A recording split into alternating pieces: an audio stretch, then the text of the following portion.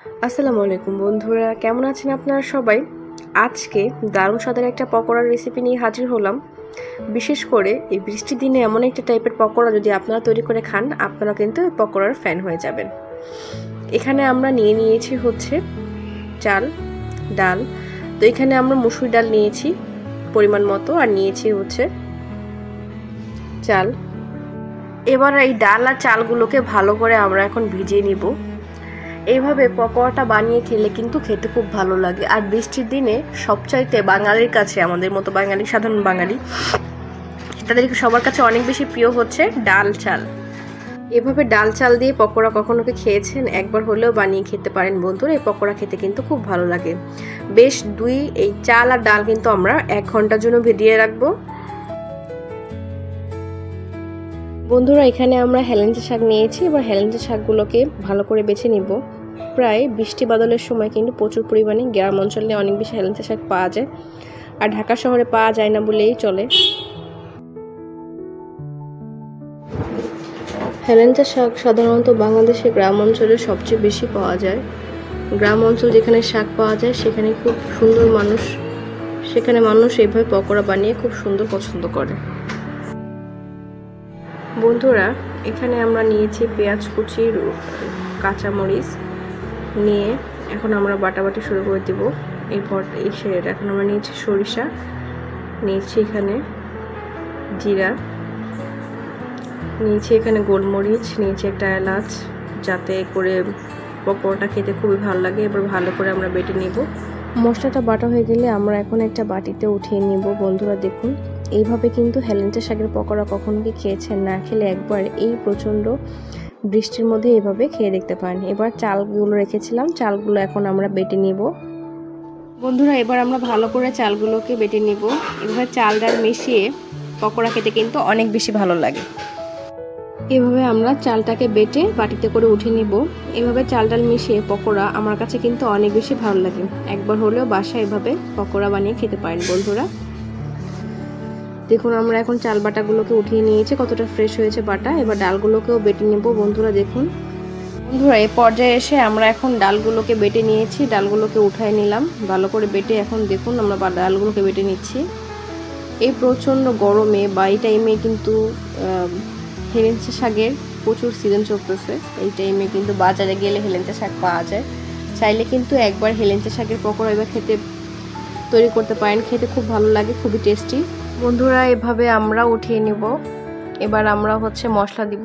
এখানে জিরা পাউডার দিয়ে দিলাম উপর দিয়ে, আর এখানে চাল বাটা, ডাল বাটা, আদা রসুন পেঁয়াজের একটা পেস্ট করেছিলাম, কাঁচামরিচের পেস্ট, সেই পেস্টটা এখন ভিতরে দিয়ে দিব আমরা 1.5 চামচ বা 2 চামচ পরিমাণ। আপনারা অবশ্যই আপনাদের স্বাদ অনুযায়ী কমিয়ে বাড়িয়ে নিতে পারেন বন্ধুরা। এখন আমরা 1 কাপ পরিমাণ ময়দা দিয়ে দিব।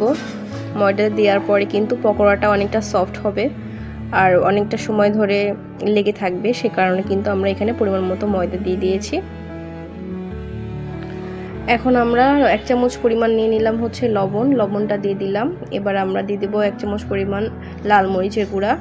দেখুন মরিচটা কত ভালো সুন্দর, যেমন কালার তেমন ঝাল। মরিচটা দিয়ে দিলাম আমরা। এবার আমরা হচ্ছে ভালো করে মাখিয়ে নিব। পরিমাণ মতো হলুদ দিয়ে দিব।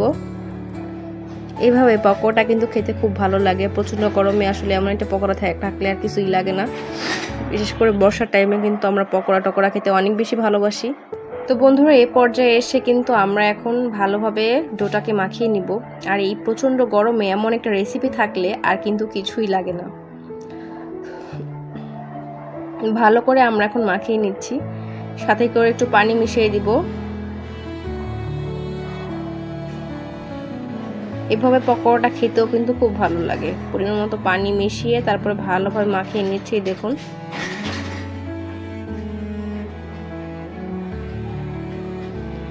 পরিমাণ মতো বেশি যাতে পানি না হয় সেদিকে একটু খেয়াল রাখতে হবে। এভাবে কিন্তু আমরা শাকটা দিয়ে ভালো করে ডোটার সাথে মিশিয়ে নিব। করে পানি দিতে হবে, না হলে পানিটা কিন্তু বেশি হয়ে যাবে বন্ধুরা। এখানে আমরা টাটকা হেলেঞ্চা শাক নিয়েছি, যেটা হচ্ছে শরীরের জন্য অনেক বেশি উপকারী। আর হচ্ছে এই গরমের সময় গরমের চুলকানি বা শরীরের সমস্যা কিন্তু দূর করতে প্রচুর পরিমাণে সাহায্য করে। এখানে আমরা কিন্তু তেলটাকে ভালো করে গরম করে নিব। এখানে আমরা বেশি পরিমাণে তেল নিচ্ছি। দেখুন এই প্রচণ্ড গরমে কিন্তু শরীরকে অ্যাবজর্ব করতে সাহায্য করে হেলেঞ্চা শাক। হেলেঞ্চা শাকের ভিটামিনের কথা বললে আসলে শেষ করা যাবে না, প্রচুর পরিমাণে ভিটামিন রয়েছে। বন্ধুরা, হেলেঞ্চা শাক একটি পরিচিত জলজ উদ্ভিদ যা বিভিন্ন রোগ নিরাময়ের জন্য খুবই উপকারী। একটি হজম প্রক্রিয়াতে সাহায্য করে, কোষ্ঠকাঠিন্য দূর করতে সাহায্য করে। এবার আমরা ভালো করে কিন্তু মাখিয়ে গরম চুলায় দিয়ে দিলাম। তেলটাকে খুব ভালো করে আগে থেকে গরম করে রেখেছিলাম বন্ধুরা। কোষ্ঠকাঠিন্য দূর করতে সাহায্য করে এবং ত্বক ও স্নায়ু রোগের বিভিন্ন উপকারিতে ভূমিকা রাখে হেলেঞ্চা শাক।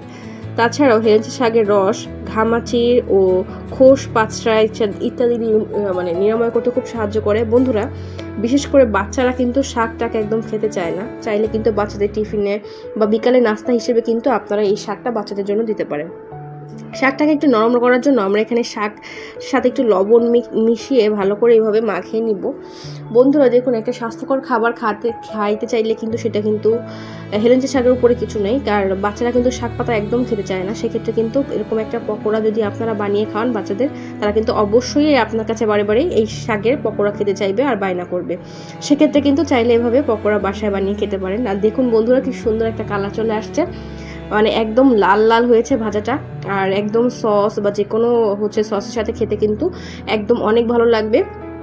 এই প্রচণ্ড বৃষ্টি বাদলের সময় কিন্তু এমন একটা পকোড়া থাকলে আর কি লাগে বলুন। আমার কাছে কিন্তু এই পকোড়াটা খেতে খুব ভালো লেগেছে। আপনারা চাইলে এভাবে এই প্রচণ্ড গরমে হেলেঞ্চা শাকের পকোড়া কিন্তু বাসায় তৈরি করে খেতে পারেন। হেলেঞ্চা শাক কিন্তু শরীরের জন্য খুবই উপকারী এবং স্কিন ফর্সা করতেও কিন্তু সাহায্য করে হেলেঞ্চা শাক। তাছাড়া বিভিন্ন ঘা চুলকানি বা বিভিন্ন শরীরের সমস্যা, সেক্ষেত্রে কিন্তু নিরাময় করতে সাহায্য করে এই হেলেঞ্চা শাক। তো বন্ধুরা, দেখতে দেখতে কিন্তু আমরা প্রায় রান্নার শেষ পথে চলে আসছি। এভাবে কিন্তু প্রত্যেকটা শাকগুলোকে একদম লাল লাল করে ভেজে কিন্তু তুলে বাচ্চাদের জন্য পরিবেশন করতে পারেন। বাচ্চারা কিন্তু খেতে খুব পছন্দ করবে।